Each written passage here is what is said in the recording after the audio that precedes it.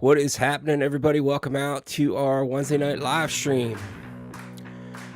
Hopefully you all can join us. I know this was set up last minute, so hopefully we'll get a couple people in here. If not, we'll just talk to ourselves and they can see the replay. I do have a couple cool stories for tonight. Nothing crazy. Not trying to be like super serious on a Wednesday night. We're here to have fun, right? So let's hang out. Let's see if we get a couple people in, and then we'll get rolling with this bad boy. What's up, Sarah? We got Nikki. All right, cool. We got a couple people.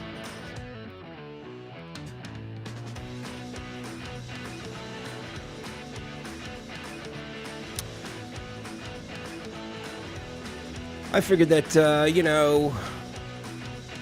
with the craziness that's going on right now, maybe everybody'd be into hanging out, having a good time, and, shoot the shit about not serious stuff. I don't want to get into it. I don't want to get into the politics of it. It's just a sad day for us in the United States, and we'll leave it at that. We always try to give you guys good stories for Wednesday nights just to make sure that I have something at least entertaining. And I think I have two cool things for tonight, and we'll see. Good to see you, Fat Cracker. All right, so Sarah got her knee tattooed today. Awesome. We're going to have to send us a picture of it. Let's see what it looks like. We'll throw it up on Sunday. So tough week for me. Still edit mode. Grinding away like usual, folks. It seems like it's a never-ending thing for me. And then I got one lined up and ready to go as soon as this one's over with. So trying to see if I can maybe get that out by like Friday, Saturday. I was trying to do Wednesday, Thursday, but shit happens. Don't forget that we are now on TikTok. TikTok right now is doing really good for me. It's starting to blow up a little bit. I'm getting a lot of traction, a lot of compliments. Ironically enough, majority of the shorts that I'm throwing up on TikTok are things that I've shared on the channel. So, we're also doing Kik as well. So we are simultaneously doing our live streams on Kik now. You go to TIK.com, and we're tattoosinreview and Kik as well. I know that's for most of the younger crowd, but hey, it's starting to become a pretty popular streaming service. It's probably a bad choice of words, Fat Cracker. So, look forward to some cool new stuff coming up. We're trying to do our best to do some upgrades, make it look better, get some, better editing, better stories, better live streams, So we're trying our best. I figured tonight would be really cool to try to liven up the mood, lighten up the mood a little bit, break away from the poison of social media right now that's just rotting people's brains.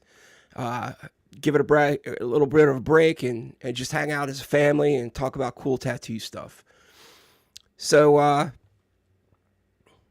figured I was going to do one legendary tattoo artist that had a birthday. And then I was reminded today that there was another one. So I figured we could talk about both of these gentlemen that both, I just said both multiple times. I don't know why, but both of these gentlemen that, just had a birthday. So I thought it'd be pretty cool. Let's get to that. So the first one is Tennessee Dave. Now, I am actually going to try to fix that layer to make it a little bit cleaner. There we go. Move that over. So this is Tennessee Dave. I don't know why that's showing offline right there. That's weird. Remove some. There we go. It's throwing me off, folks. I don't know what the hell's going on. Tennessee Dave basically got his start. No, there is no basically.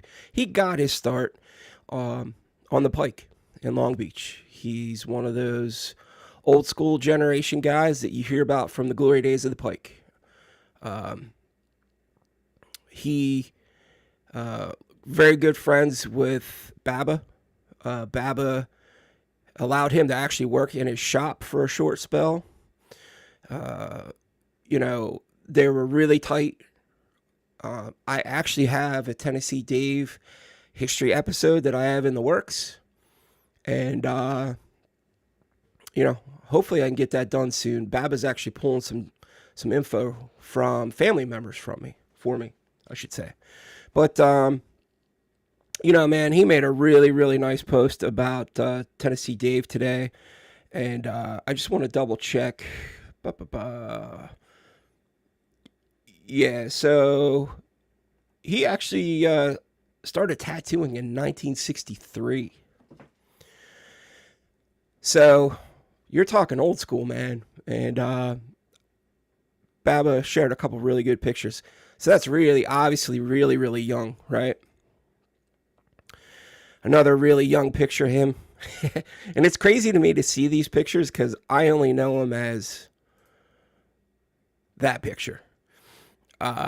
You know, I don't, coming into this late or whatever, I don't know if I would call 92 late, but I probably didn't know about Tennessee Dave until the 2010s, around in that area. I knew more local people. But like I said, him and Baba were super tight. And here's another really cool picture of Tennessee Dave and Lyle Tuttle. And I didn't notice that he was wearing that shirt. The next, wait, let's go back. I forgot that was the last one. But yeah, so what is going on with this? I don't know, man. I just realized I didn't turn my lights on either. It looks all dark back there. Tennessee Dave, if you don't know, he actually taught his brother, Greg James, how to tattoo. Greg James went on to become a, you know, Sunset Strip, Hollywood area superstar tattooer from back in the day. You know, he did, you know, Motley Crue, like a bunch of the hair bands. I think at some point he did go and work at Benedetti's shop, which was Cliff Raven's old shop. I could be wrong about that. But, you know, Greg's been around a long time. He's still out there doing it. I saw him at Norfolk, man. Super cool guy to talk to. Super easy going. But, you know, Tennessee Dave, from what I understood, was just a crazy SOB. And, you know, he used to write for some different tattoo magazines. I think it was Skin and Ink. Probably should have did my homework before I did this. But I found a couple of his pieces that he wrote, man, and they were just fantastic. You know, really like offhand kind of humor, but I dig that kind of stuff anyway, so I got thick skin. But yeah, you know, he was also, you know, tattooing to the end, just like most of these guys. You know, I don't know about the very end, but he tattooed until, you know, he was definitely in an older age. So, how many of you guys out there have heard of Tennessee Dave? I'm assuming Fat Cracker has, but just curious. I know he's not, you know, super well-known tattoo artist. To me, though, he's one of those OG, you know, like pirate tattooers, you know, the we don't care what you think guys that were hard-nosed, old school. But, you know, I can only live off of information that's been given to me about him. You know, whether it's Baba or anybody else. So, You know, it's always sucks to do, you know, what do you call them? Posthumous birthdays. Hold on one second, guys. I'm just gonna turn my camera off.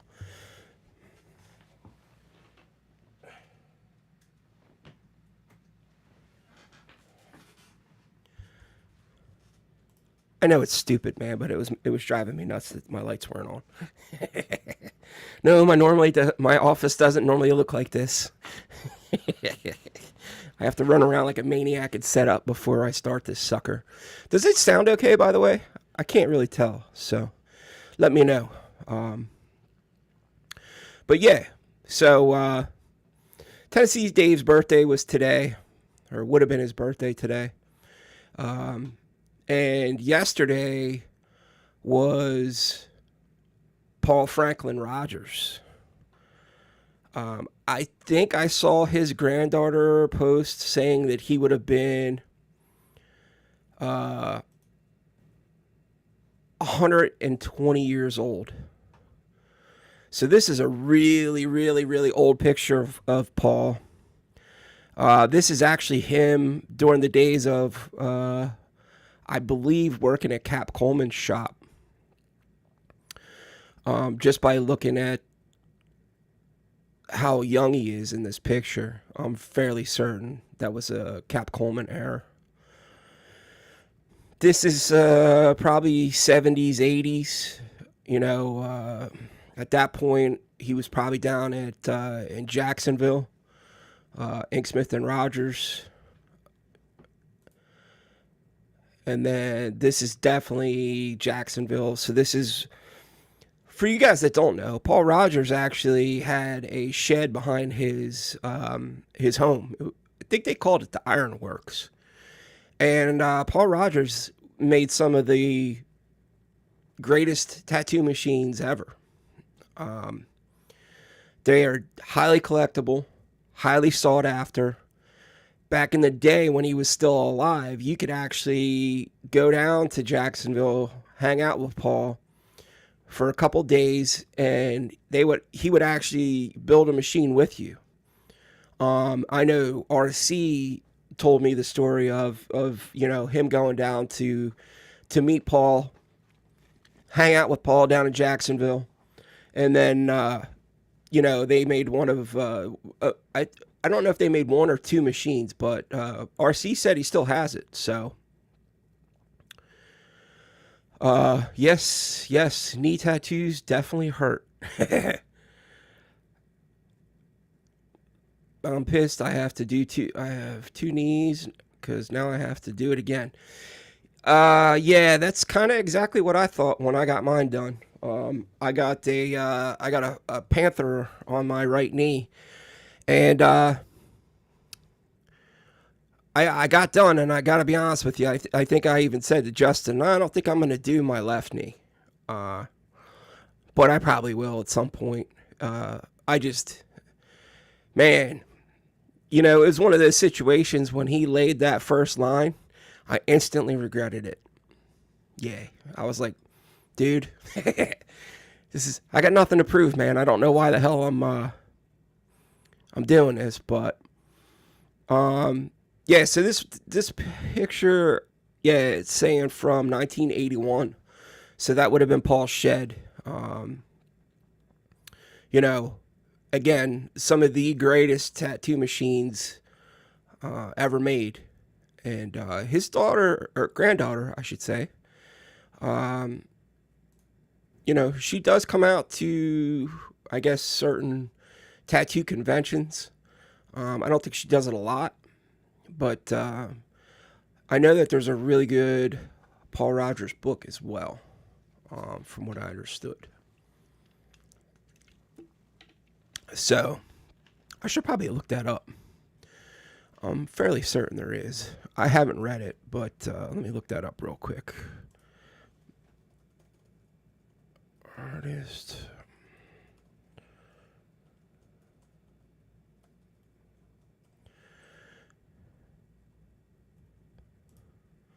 Oh yeah, the Father of American Tattoo. Okay. Yeah. So No, that's something for... Let me see here. Yep. Okay, cool. Here, I'll bring that up for y'all so you can see it. Share screen. And so you can actually get it on Tattoo Archive. $75. I don't know if there's any other. Yeah, there's. So it says The Father of American Tattooing, Franklin Paul Rogers by Don Lucas, was first published in 1990. That was the year of Paul's death. The original text for that book is from interviews that Don did with Paul over several years. The book was written in Paul's voice and stream of consciousness. Paul Rogers spent over 50 years in the tattoo business, and the people he met and the places he went had a big influence on him. Dude, just the fact that, I didn't realize I didn't share it. But, yeah, so here you go. That's the book.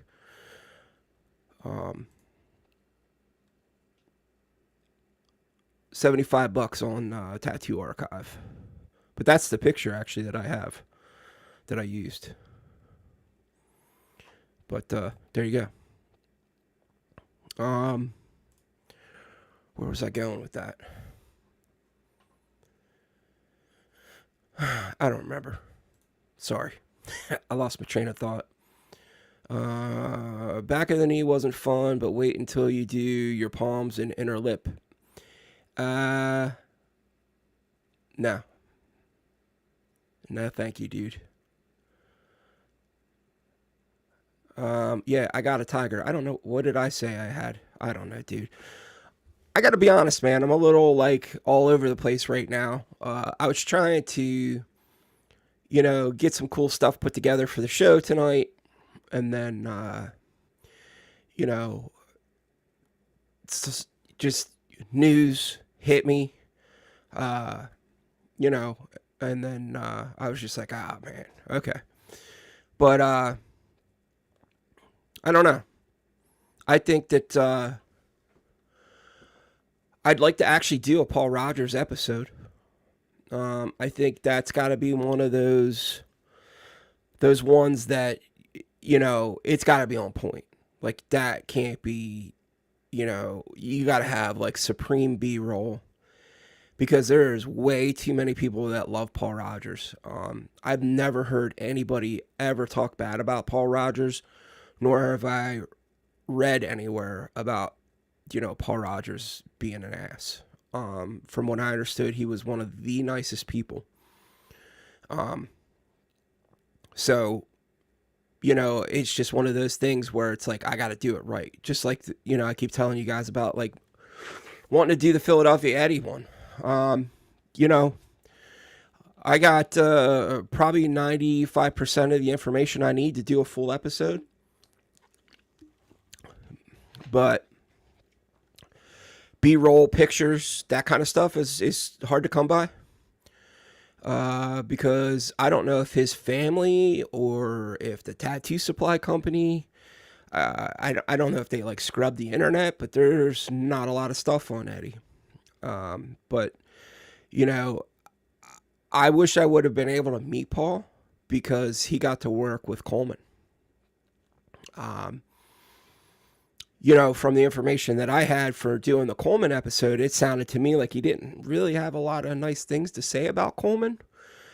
But, when you have somebody like Cap Coleman that's held in that high regard, you always go, man, that would be so cool to meet them. Doesn't matter if they were, rude or whatever, just to say you met them.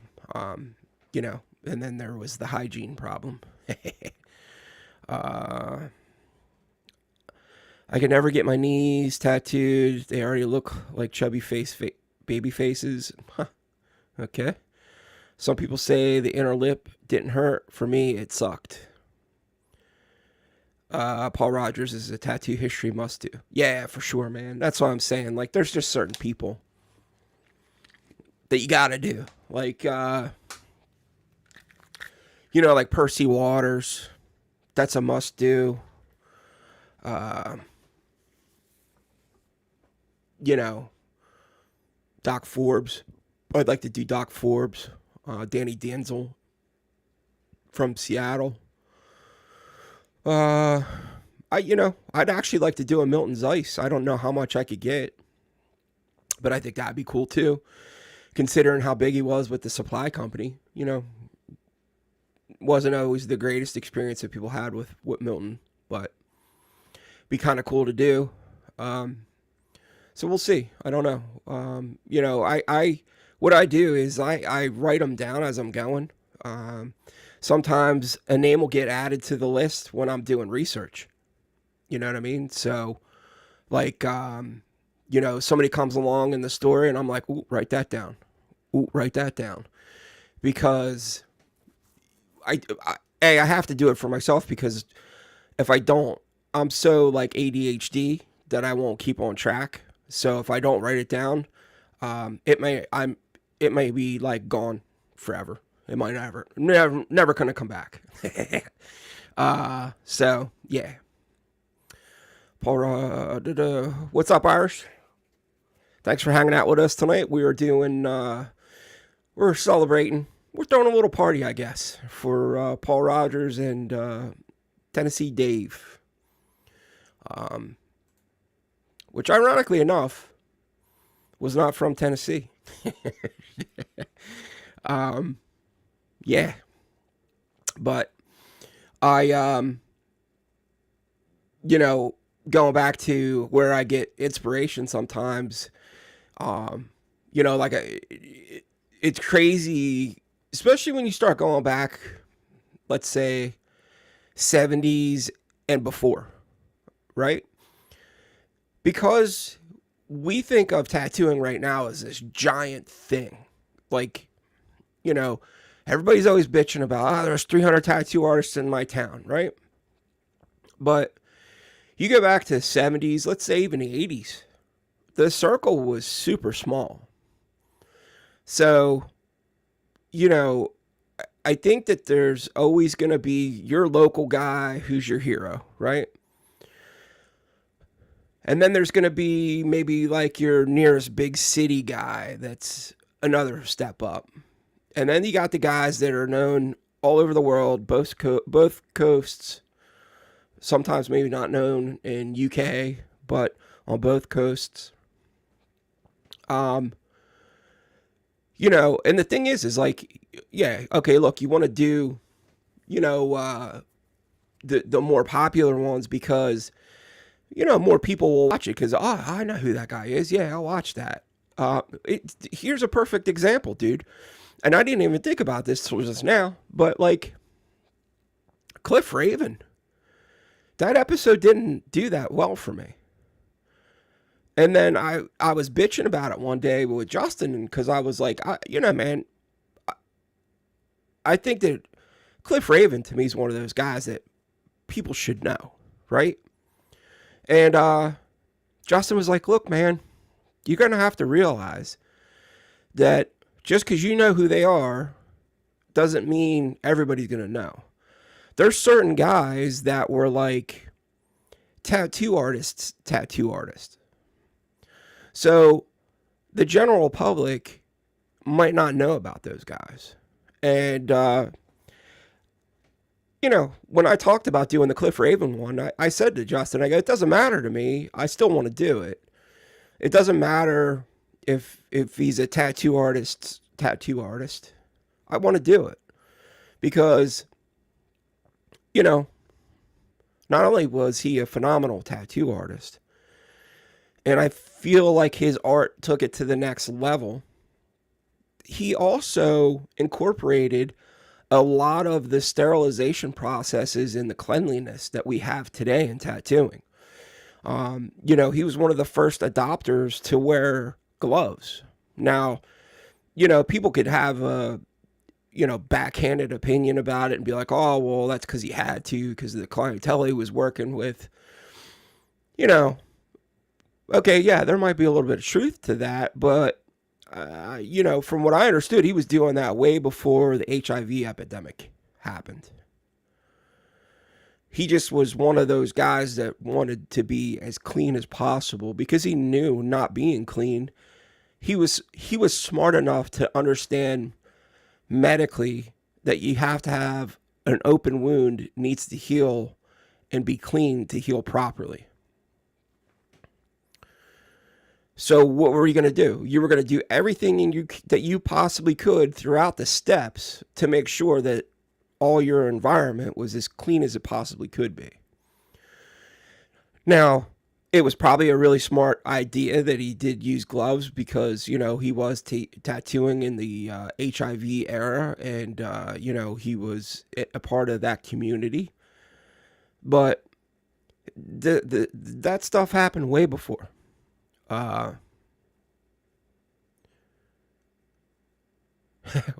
Way out of my intelligence level, bro. Sorry, but you're teaching me. No, well, so the thing is, man, there were certain guys in the craft that took things to the next level. And I feel like at the time it was Ed Hardy, who everybody knows, Cliff Raven, and Don Nolan. They were the guys that were bringing in the Japanese work to a larger extent and making it more mainstream. They were the guys that were starting to do essentially where we're at today. There are street shops out there, but a majority of the places that you go to now are considered custom shops. Those guys were the ones that really started kicking that off. So, with that alone, that should be enough. That was worthy enough to do the episode on him. Now, just because nobody knows who he is shouldn't matter, but it does. Unfortunately, the more and more I do this, the more and more I realize that YouTube is very topic oriented. Now, you take like TikTok or Instagram, for instance, doesn't matter. It could be a dude farting in a kazoo, and as long as the template's cool and the cuts are on a beat and there's rainbows and glitter, everybody's going to, that's the greatest. It's going to get 1 million views, right? Doesn't matter what the topic is.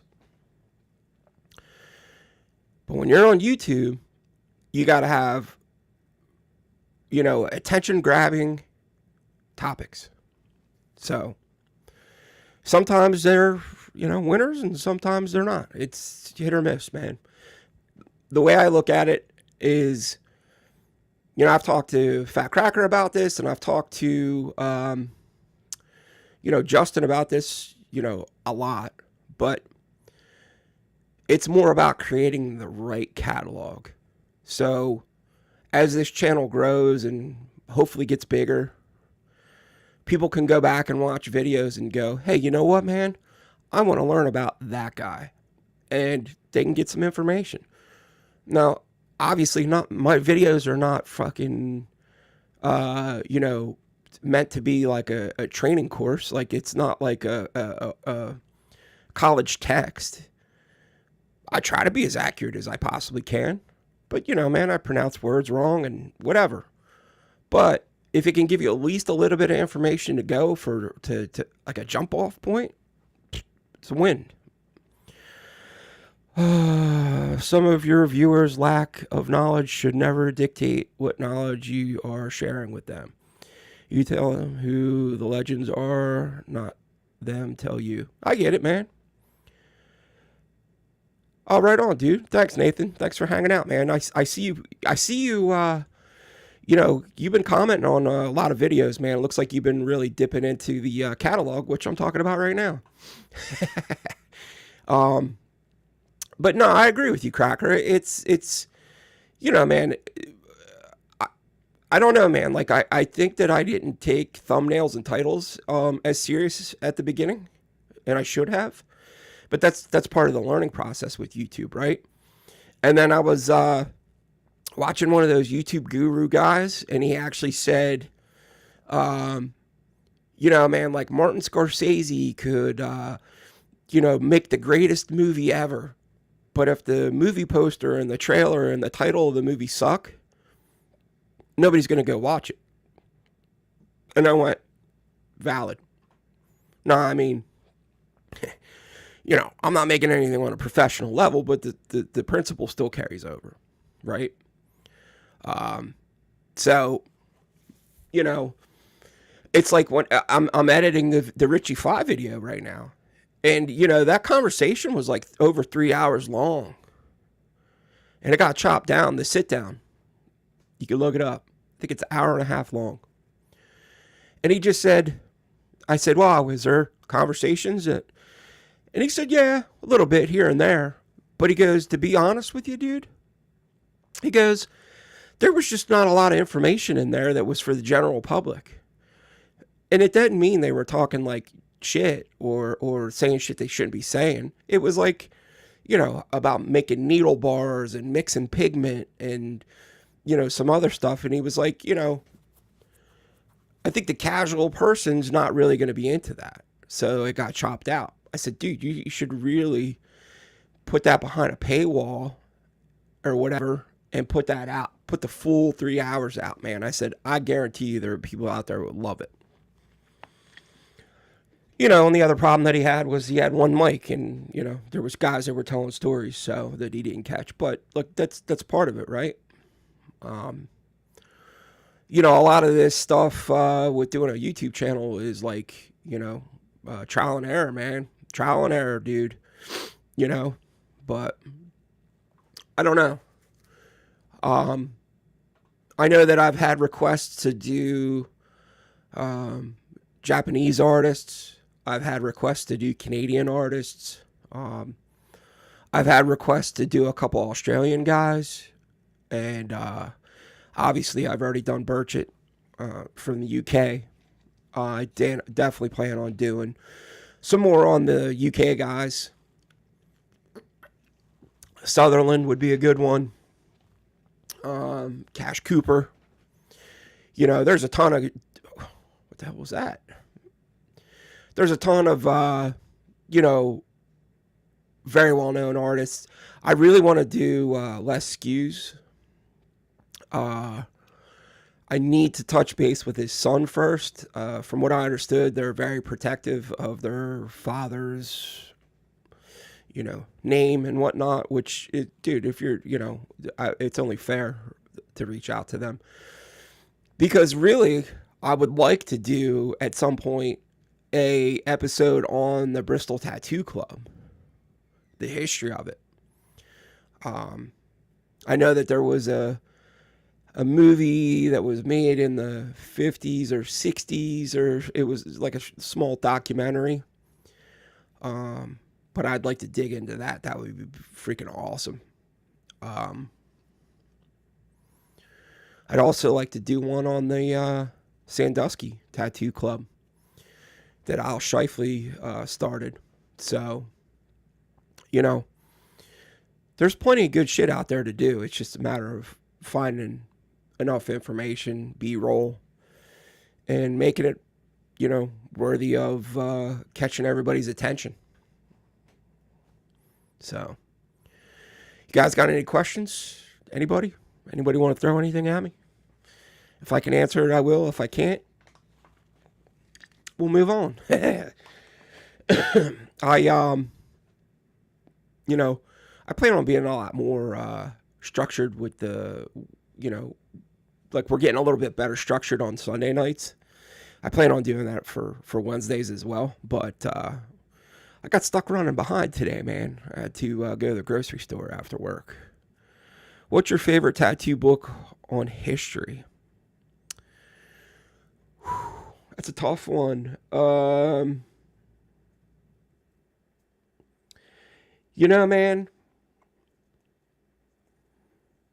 I'm probably going to say the Mike McCabe book, The Oral History of New York City Tattoo.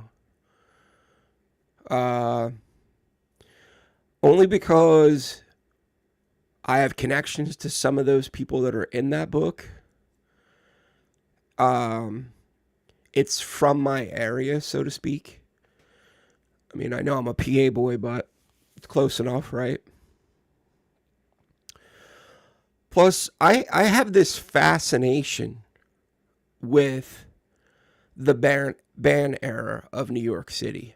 Um, I really didn't. I guess I didn't know fully enough about the ban era. To me, it was always like this is my own vision, right? Like this isn't what's true, but this is how I envisioned it.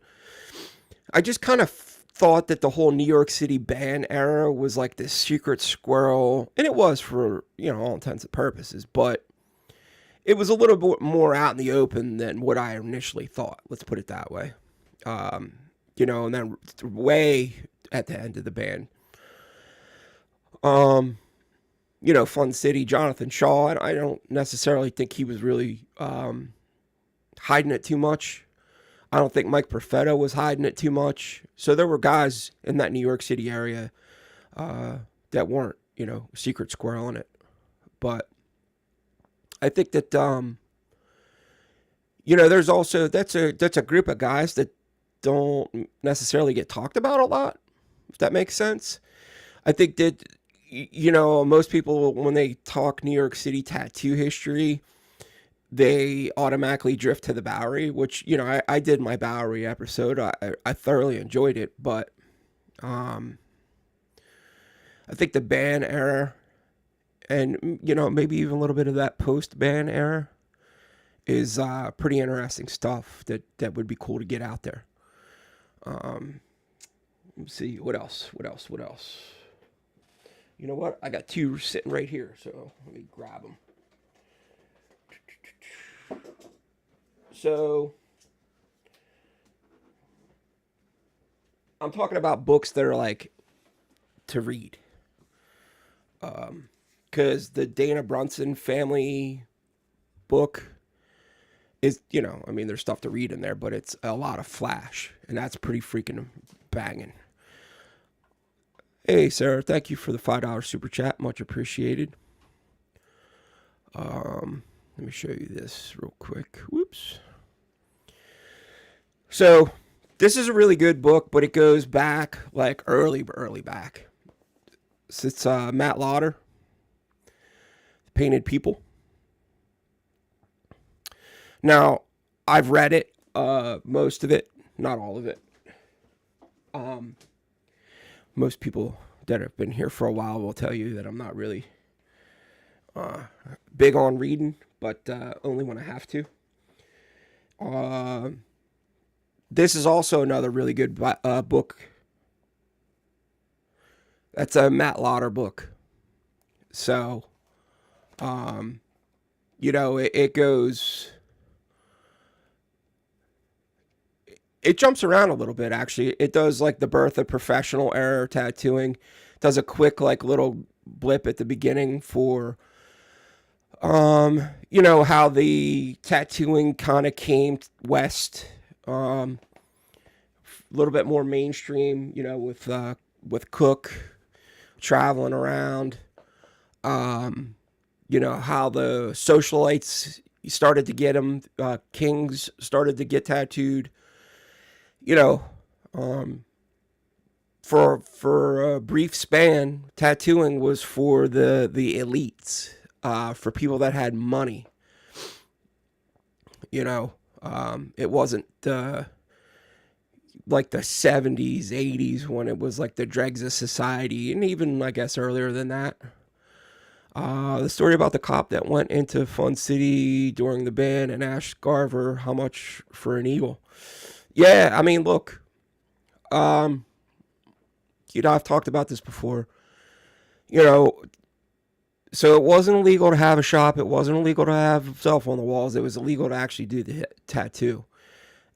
But from what I understood, man, there was everybody and their brother was still getting tattooed in New York. It wasn't like it was, just a handful of select people. Like Fat Cracker just said, cops were asking for it. Here is a really cool book, though. It's called Captured on Film. It was actually put out by Jay Brown from the Northwest Tattoo Museum. It's the Coble photos. So, These photos, man, a lot of these pictures you guys have seen. They're really old tintypes and stuff like that from the 20s and 30s. Like there's some stuff in here from Wagner. Uh, you know,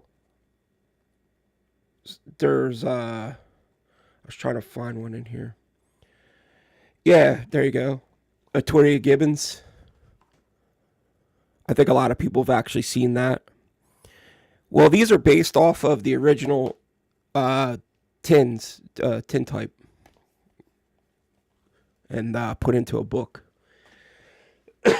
So you could really see some banging early examples of early 1900s, 1920s tattooing, man. Um, some really cool pictures in there. And, I wound up snagging that off of Jay when I was in Reno. But Jay's been putting he took him a long time to put that book together. And I want to say that he got the original tins off of Mike Skyver. I could be wrong about that, but Mike Skyver had a tattoo museum in Northeast PA, and it burnt down. So there was this push to save whatever could be saved. Um, what's up with the slowdown of people getting tattoos? It has gotten really slow since 3 years ago. Well, here's my opinion. I think that. So, are you saying you got in 3 years ago, Daniel? Is that when you started? Because here's the thing. I think there might have been people that jumped into this when COVID happened, because a lot of people lost their jobs, dude, and they were like, you know what, man, I'm gonna try to be a tattoo artist because I don't want to go back to corporate America. Then there was also people that, had a shit ton of money. What was everybody, like, basically in the United States got an extra $800? So there was that. I think that ramped up a lot of it. I think right now, in all due fairness, I know a lot of people want to talk saturation and there's too many shops, and I think that the biggest factor right now is the economy, dude. I think the economy right now is just wreaking havoc on everything. Think about the average person that's trying to pay bills and just live, groceries, pay my bills, pay my car payment. To have extra cash, what, two, three, $800 or more. A lot of people don't have it, man. Okay, so you started in 2008. So, yeah, man, I mean, I feel like that's what it is, dude. I think that, the economy has just been on this spiral, but that doesn't make any, what our economy is here in the United States doesn't have any impact on the economy of the UK. So, I don't know. I think it depends on where you're from. I would say in the United States has a lot to do with, more people getting into it and the economy. I think we actually did statistics one night on a Sunday night, man, and we showed like the percentage of people that are getting tattooed and the numbers and all that. And you could see statistically it's climbed and it's probably the highest level it's ever been. But then if you start to look at 18 to 25-year-olds, I think that number dropped considerably when we looked at those numbers.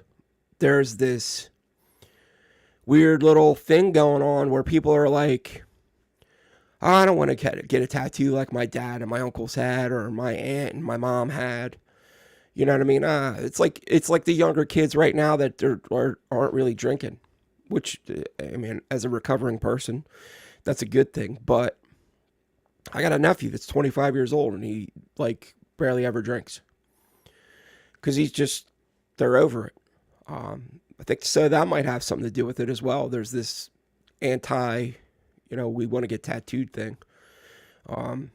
Because if you really think about that, a majority of the people that are getting tattooed are probably, what, 21 to, 30 something.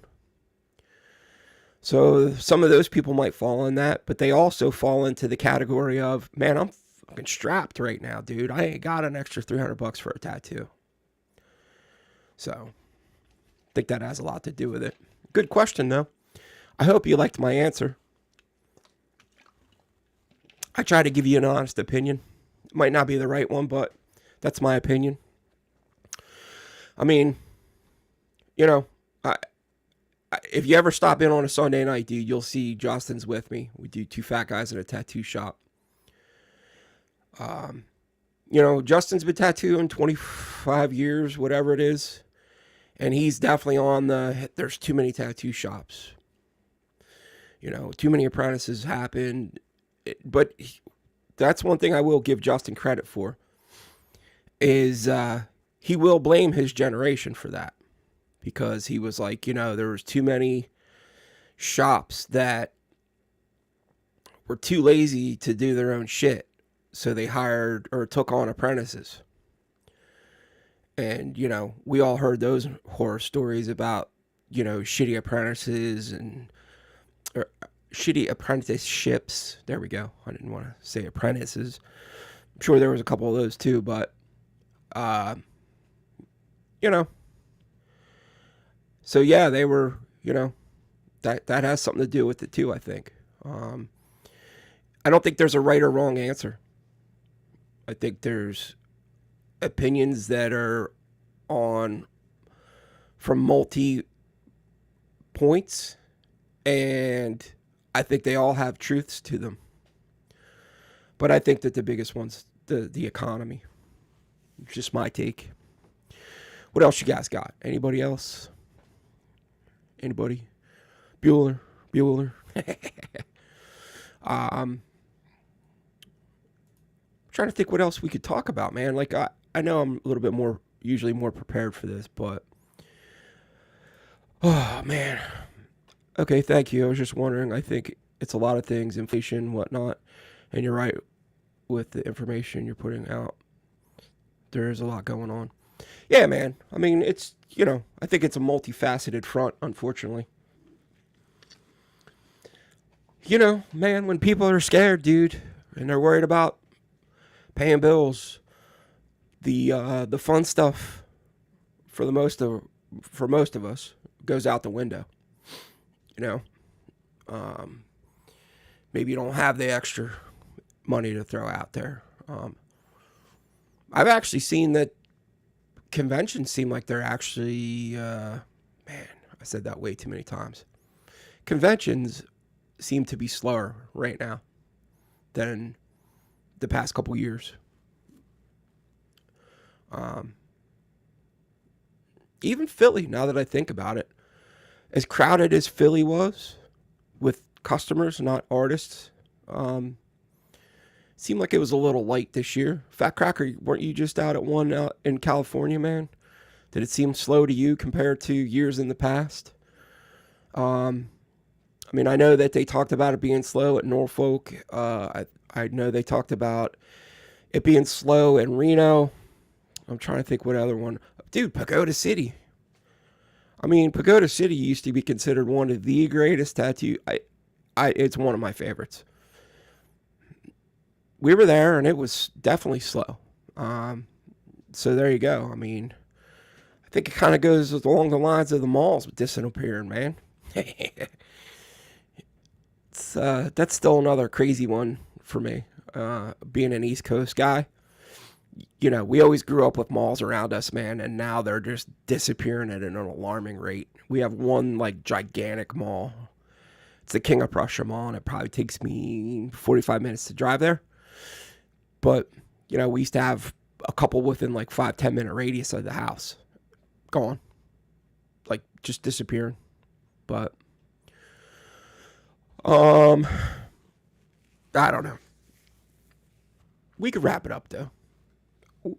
I just wanted to hang out with you guys tonight. Try to take your mind off of stuff, have fun. Shoot the shit. And, you know,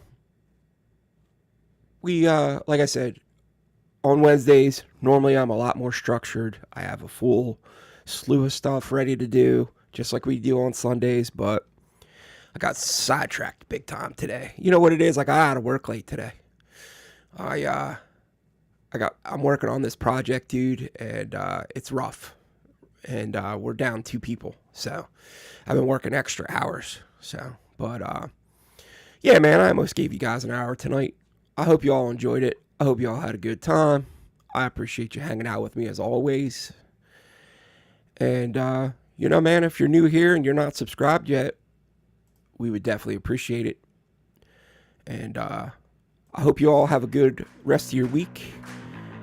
And if I don't see you, we will see you on Sunday. Peace.